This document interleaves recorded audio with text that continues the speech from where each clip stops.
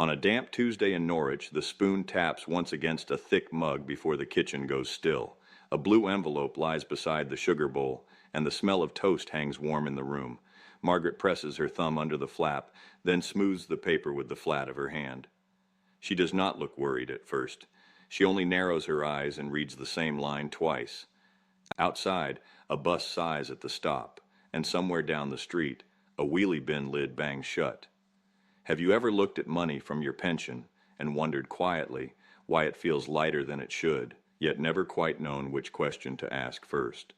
If that question has sat with you before, then stay close and walk with me through this, because these are the sorts of things that too many people are left to work out alone. The plain truth is this: a pension tax code is only a short label, a few letters and numbers, but that small label directs how much tax is taken before your money reaches you. And when that label is wrong, the loss often does not arrive like thunder. It arrives in teaspoons. A little taken this month, a little confusion next month, a letter later on that seems to blame nobody at all. HMRC, the tax office, may correct things in time, and sometimes it does. But the thing many older people discover too late is that no one is watching your own life as closely as you are. That is the thread I want to hold from start to finish. A wrong direction on a pension tax code can quietly shape the feel of a whole year unless someone stops, looks closely, and asks the right calm questions. Jean was 67 and lived in Stoke-on-Trent, in a red brick semi with a kettle that always seemed to be on and a wall calendar still turned to the month before because she had not felt the need to flip it over. She had worked in school catering for years, then left with sore knees and the thought that she would take a small lump from her pension to clear the last of a credit card and help her daughter with a broken boiler. Nothing grand, nothing reckless. The sort of decision ordinary families make every day, with one eye on the present and one eye on the next, bill dropping through the door. When the payment arrived, Jean sat at the kitchen table with her glasses low on her nose and felt the room change around her. The amount was far less than she had been expecting, and for a long minute she thought she had misunderstood her own pension. She checked the letter again, then the bank, then the letter once more. Her hand stayed on the page as if warmth might bring a missing number back into view. The turning point was not anger at first. It was shame, a private little sting. She thought, I must have got this wrong, and that thought is often where the quiet damage begins. What had happened to Jean is common enough to matter. A first pension withdrawal can be taxed on what is called an emergency basis, which simply means the system treats that one payment as if the same amount may keep coming every month. That can lead to far too much tax being taken early on, especially when someone makes a one-off withdrawal rather than a regular monthly income. The pension company uses the code it has, or a temporary one, and the machine does the rest. No one at the pension company is sitting there weighing Jean's gas bill, her daughter's boiler, or the fact that this was a single practical step in an ordinary life. It is a system. It follows instructions. It does not notice the human shape of the moment. So when I say that HMRC will not tell you this about your pension tax code, I mean something very plain. The code may be wrong for your real life and still look official enough to pass without challenge. Jean later learned how to claim back overpaid tax, and she did get money returned. But what stayed with her most was the week of doubt beforehand, the cold feeling that she had somehow caused the loss herself. That is why this matters. Because the first wound is not always financial. Sometimes it is the feeling of being made small by a number you were never properly shown how to read. There should be a place where these quiet money questions are spoken about in plain language, without hurry, without cleverness, and without making anyone feel behind. If that is the sort of company that helps you think more clearly, then come along for what follows, and keep a place here for yourself. Many people over 55 were never taught this world in simple words. They were simply expected to cope with it. So I want this to feel less like a lecture and more like a light in a hallway that has been dim for too long. Peter was 71 and lived in Worthing, not far from the seafront, in a flat where the sitting room window caught the late afternoon sun and his P60 papers were tucked in a brown folder beside the mantel clock. His wife had died 3 years earlier. Since then he had become careful in a different way, the way many widowers do, not because he loved money, but because every household job now had to pass through one pair of hands. Peter received his state pension and a modest works pension from an old engineering job. He was not living badly, but there was no room for nonsense. A rise in council tax or energy costs could still make a month feel narrow. Then he noticed that his private pension payments had dipped again, not by a shocking amount, just enough to make the supermarket shop feel tighter and the trip to see his sister in Chichester something to think twice about. He found the tax code on the payslip and did not know what it meant. He had assumed, as many people do, that tax would sort itself out because his circumstances had been settled for some time.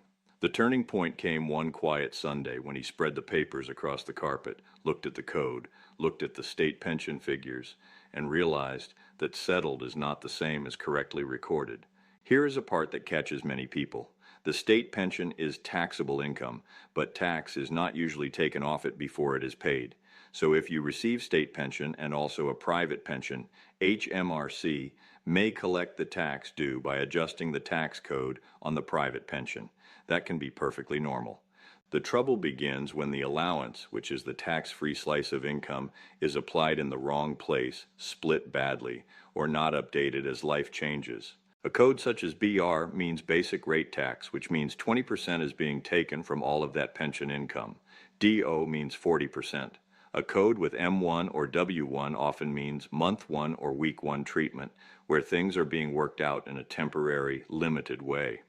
Peter had not done anything foolish. He had simply trusted the label because it arrived dressed in authority. That trust is common, and it is understandable. When he finally rang HMRC, he found the issue was not dramatic at all. It was a mismatch between what was on record and what was actually happening in his two pension streams. And again, the theme returns. A pension tax code is a direction. If the direction is wrong, money will keep walking to the wrong place until somebody notices the street sign. Asha was 58 and lived in Leicester, in a narrow house with a small front garden and a suitcase by the bedroom door, because she had promised herself more train journeys once work finally eased its grip. She had left a full-time local government role, taken a smaller part-time job for a while, and started drawing from her pension in stages. On paper, it all looked neat enough. In real life, it was a season of crossing paths, old income ending while new income began. Then a letter arrived showing a K code. A K code means the system is adding an amount to be taxed rather than giving the usual allowance in the ordinary way, often because tax is being collected for something owed or because allowances have been used elsewhere. Asha stared at that letter while the washing machine thudded in the kitchen and felt a prickling at the back of her neck. She was not a careless woman. She kept folders. She wrote dates on envelopes. She had tried to do everything properly, but there it was, a code that looked almost like a rebuke. For 2 days, she barely slept. She kept thinking of stories about investigations, penalties, old mistakes dragged back into the light. The turning point came when a friend sat with her over tea and said the simplest useful thing. A code is not a verdict. It is a signal. Signals can be wrong. I wish more people heard that sentence before fear settles in. A tax code can change because of old estimates, delayed updates, overlapping jobs, pension withdrawals, a new benefit in kind, or because one part of the system has not yet caught up with another. That is why papers matter. A P45, which records pay and tax when work ends, a P60, which shows the year's pay and tax, and your pension statements are not dusty formalities. They are the map of your own side of the story. When the tax office view and your real life drift apart, those papers help pull things back into line. So does checking your personal tax account online, if you use it, or asking a trusted family member to sit with you while you do. Asha eventually learned that the code had been shaped by a set of figures that no longer matched her working life. Once corrected, the fear drained away faster than she had thought possible. Yet what lingered was not only relief. It was the knowledge that an official letter can sound far more certain than it truly is. And that, again, is the quiet truth running under all of this. Official does not always mean final. Printed does not always mean right. Some codes are worth recognizing on sight, even if you never become interested in the machinery behind them. If you see 1257L, that has often been the standard code for many people, reflecting the usual personal allowance, the amount you can receive before tax starts. If you see BR, all of that pension may be taxed at the basic rate, If you see DO, it may all be taxed at the higher rate. If you see M1 or W1, it can mean the code is working on a month-by-month or week-by-week basis rather than looking at the whole year properly. If you see K at the front, stop and check why. It does not always mean disaster, but it does mean the position deserves a closer look. And if the code on your pension does not fit the shape of your life, trust that unease enough to examine it. This matters especially for people with more than one pension, a final salary pension from old work, a drawdown pension from savings, or a small job carried on past retirement age. It matters too for those whose state pension has begun, because that changes the tax picture even though tax is not taken off the state pension itself at source.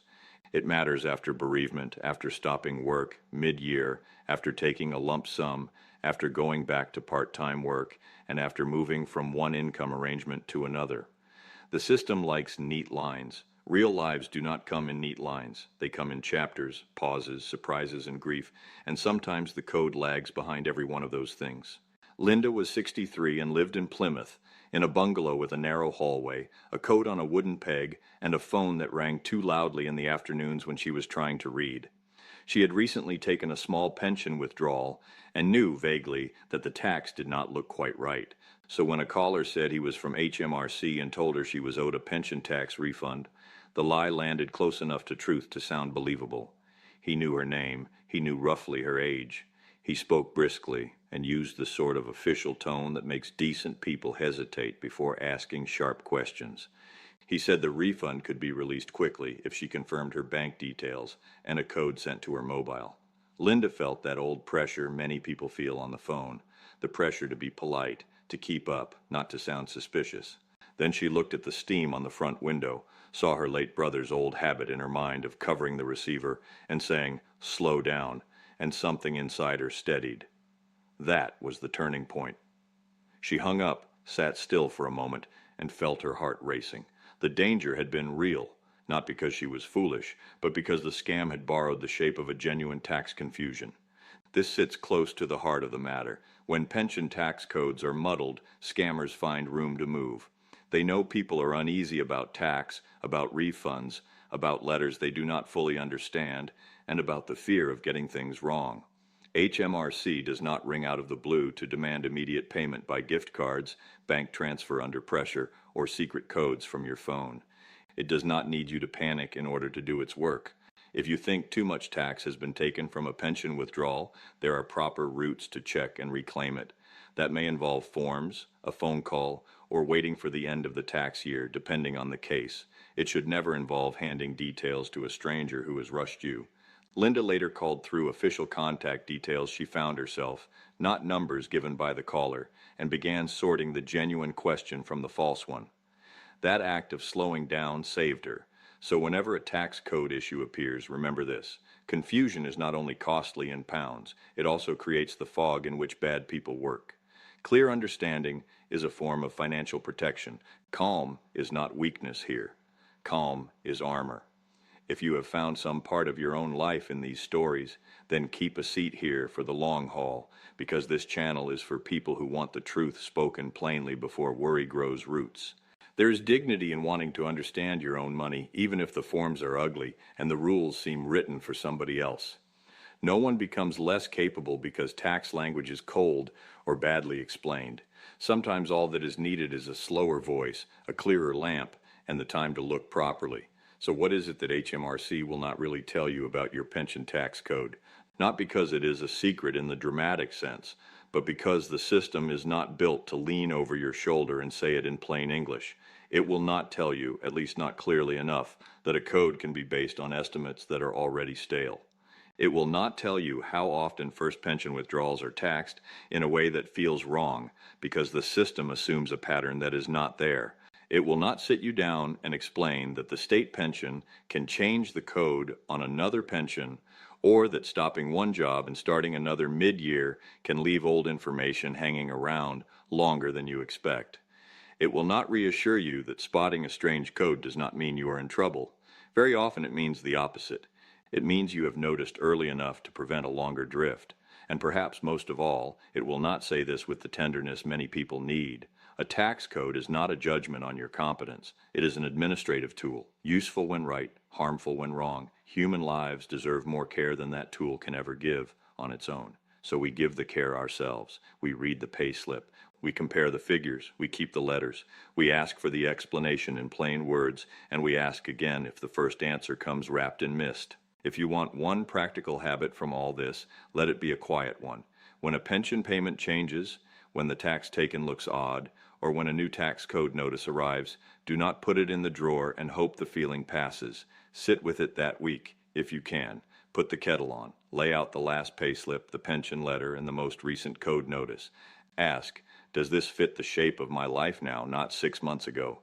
If one person comes to mind as you hear this, perhaps a parent, a neighbor, a friend from church, a brother, a sister, someone who has muttered that their pension never seems quite right, send this on to them as a small kindness. Not to frighten them, only to spare them the lonely sort of confusion that official paperwork so often creates. These things are easier when two people look together. One reads the code, the other notices the date. One remembers the old job ended in July, the other recalls the state pension started in spring. Money may be personal, but clarity does not have to be solitary. Near the end of all this, I keep coming back to a simple British picture. Think of a terrace street at dusk, curtains half drawn, and a postman with a handful of letters under his arm. Each envelope has a number on it. If one number is wrong, the letter still gets delivered. It still passes through a proper hand. It still lands on a clean mat behind a respectable door, but it reaches the wrong house all the same, and the mistake can carry on quietly until somebody notices that the name on the paper does not belong in that hallway.